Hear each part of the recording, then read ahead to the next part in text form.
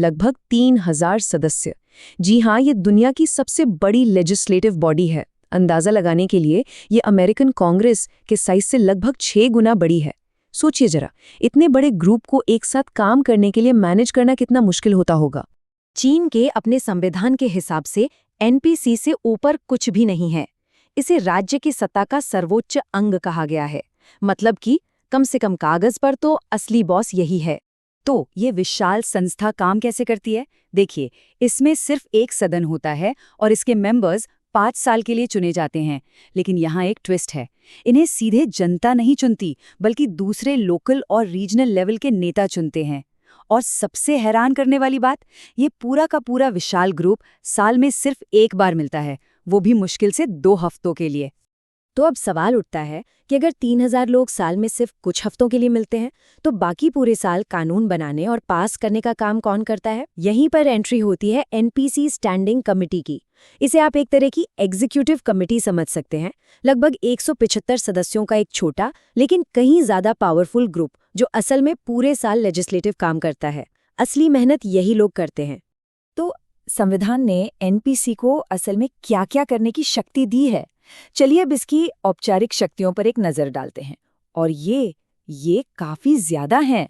जब आप इन शक्तियों की लिस्ट देखते हैं तो ये वाकई में हैरान करने वाली लगती हैं। एनपीसी कानून बना सकती है, संविधान बदल सकती है, देश के राष्ट्रपति और उपराष्ट्रपति को चुन सकती है, पूरे देश का बजट पास करती है और यहाँ तक कि सेना और सुप्रीम कोर्ट पर भी उसका कंट्रोल है। मतलब कागज पर तो सरकार की सारी शाखाएं इसी के हाथ में हैं। अब इतनी सारी पावर के साथ तो किसी को भी लगेगा कि एनपीसी दुनिया की सबसे प्रभावशाली संस्था होगी। पर यहीं एक बहुत बड़ा सवाल खड़ा होता है। क्या कागजी शक्ति और असली शक्ति एक ही चीज है? और इस सवाल का जवाब एक ऐसे स्ट्रक्चर में छिपा है जो सरकार के साथ साथ चलता है और अक्सर उससे भी ऊपर होता है। चीन की कम्युनिस्ट पार्टी। चीन को समझने के लिए इस ड्यूल स्ट्रक्चर को समझना बहुत जरूरी है। ये बात समझना बहुत जरूरी है। चीन में स्टेट पार्टी के लिए काम करता है, पार्टी स्टेट के लिए नहीं। चलिए देखते हैं कि असल में ये होता कैसे है।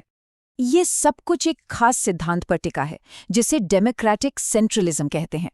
इसका मतलब यह है कि पार्टी के अंदर बहस और चर्चा की इजाजत तो है, लेकिन बस एक हद तक। एक बार जब टॉप लीडरशिप कोई फैसला ले लेती है तो बहस वहीं खत्म हो जाती है। फिर हर किसी को बिना कोई सवाल किए उस फैसले को मानना ही पड़ता है। तो इसका असर कानून बनाने की प्रक्रिया पर कैसे पड़ता है? देखिए, कागज पर तो सब कुछ जाना पहचाना लगता है। बिल पेश होते हैं, उन पर बहस होती है और फिर वोटिंग होती है। लेकिन असलियत यह है कि जब तक कोई बिल एनपीसी में वोटिंग के लिए पहुंचता है, उसका नतीजा पार्टी की लीडरशिप पहले ही तय कर चुकी होती है। वोटिंग ज्यादातर एक फॉर्मेलिटी ही होती है। और यहीं से वो आम आलोचना सामने आती है, जो आपको कई जगह सुनने को मिलेगी, कि एनपीसी असल में एक रबर स्टैंप बॉडी है।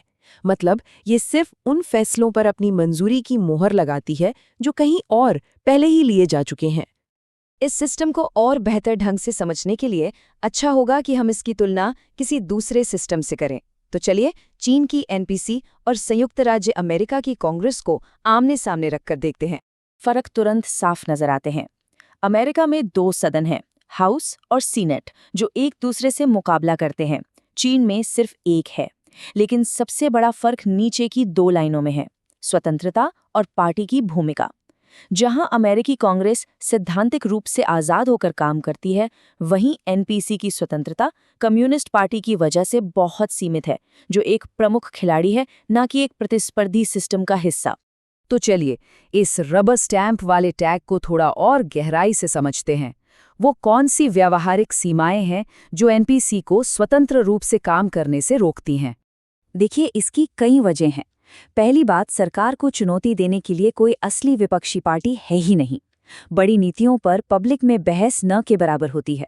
और चेक्स एंड बैलेंसेस का वो सिस्टम जो हम अक्सर पश्चिमी लोकतंत्रों में देखते हैं, यहाँ मौजूद ही नहीं है। यहाँ तक कि चुनाव में कौन खड़ा हो सकता है, ये भी पार्टी ही कंट्रोल करती है, जिससे एक सेल्फ रीएनफोर्सिंग साइकिल बनी रहती है। तो जब हम इन सभी बातों को एक साथ जोड़कर देखते हैं, तो हमें चीन के सिस्टम की क्या तस्वीर मिलती है? आखिर में ये एक कोट है जो इस पूरी बात को बहुत अच्छे से समझाता है। ये एक उदार लोकतांत्रिक विधायिका के बजाय चीन की केंद्रीकृत राजनीतिक व्यवस्था को दर्शाती है। एनपीसी को एक आज़ाद, बहस करने वाली संस्था के रूप में नहीं देखा जाना चाहिए, बल्कि एक सेंट्रलाइज्ड, पार्टी चालित सिस्टम के एक हिस्से के रूप में देखा जाना चाहिए। ये कागजी शक्ति और असली कंट्रोल के बीच के अंतर को साफ दिखाता है। और ये हमें एक आखिरी सवाल पर लाकर छोड़ देता है। फैसला लेने का ये इतना सेंट्रलाइज सिस्टम, जहां आखिरी फैसला हमेशा पार्टी का होता है, ये चीन के कानूनों को और आखिरकार उसके भविष्य के रास्ते को कैसे प्रभावित करता है? ये एक सोचने वाली बात है।